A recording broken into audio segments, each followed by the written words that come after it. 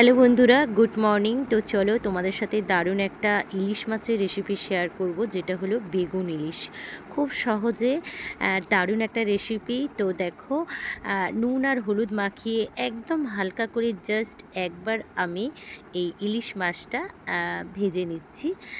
Just একবার উল্টে পাল্টে নিয়েছি, বেশি ভাজা যাবে না।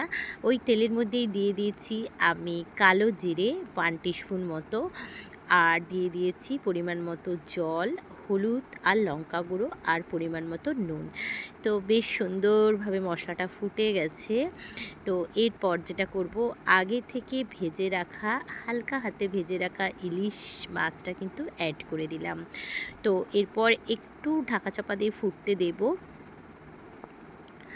তো এরপর দেখো, উপর থেকে দিয়ে দিচ্ছি কিন্তু আমি বেগুন।